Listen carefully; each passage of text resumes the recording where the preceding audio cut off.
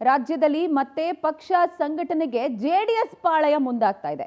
ಈ ಹಿಂದೆ ಪಕ್ಷಕ್ಕಾಗಿ ದುಡಿದಿದ್ದವರನ್ನ ಮತ್ತೆ ಪಕ್ಷಕ್ಕೆ ಆಹ್ವಾನಿಸಲಾಗ್ತಾ ಇದ್ದು, ಇವತ್ತು ಜೆಡಿಎಸ್ ಸೇರ್ಪಡೆಯಾಗ್ತಿದ್ದಾರೆ ಕೃಷ್ಣಾ ನಾಯಕ್. ಬಿಜೆಪಿಯನ್ನ ತೊರೆದು ಜೆಡಿಎಸ್ ಸೇರ್ತಿದ್ದಾರೆ ಕೃಷ್ಣಾ ನಾಯಕ್. ಇವತ್ತು ಬೆಂಗಳೂರಿನ ಜೆಡಿಎಸ್ ಕಚೇರಿಯಲ್ಲಿ ಕಾರ್ಯಕ್ರಮ ಆಯೋಜನೆಯಾಗಿದ್ದು, ಎಚ್.ಡಿ. ದೇವೇಗೌಡರು ಹಾಗೆ ಎಚ್.ಡಿ.ಕೆ ಅವರ ಸಮ್ಮುಖದಲ್ಲಿ ಕೃಷ್ಣಾ ನಾಯಕ್ ಜೆಡಿಎಸ್ಗೆ ಸೇರ್ಪಡೆಯಾಗ್ತಾ ಇದ್ದಾರೆ. ಕೃಷ್ಣಾ ನಾಯಕ್ಗೆ ಸಾವಿರಾರು ಕಾರ್ಯಕರ್ತರು ಬೆಂಬಲವನ್ನ ಕೂಡ ಸೂಚಿಸ್ತಾ ಇದ್ದಾರೆ.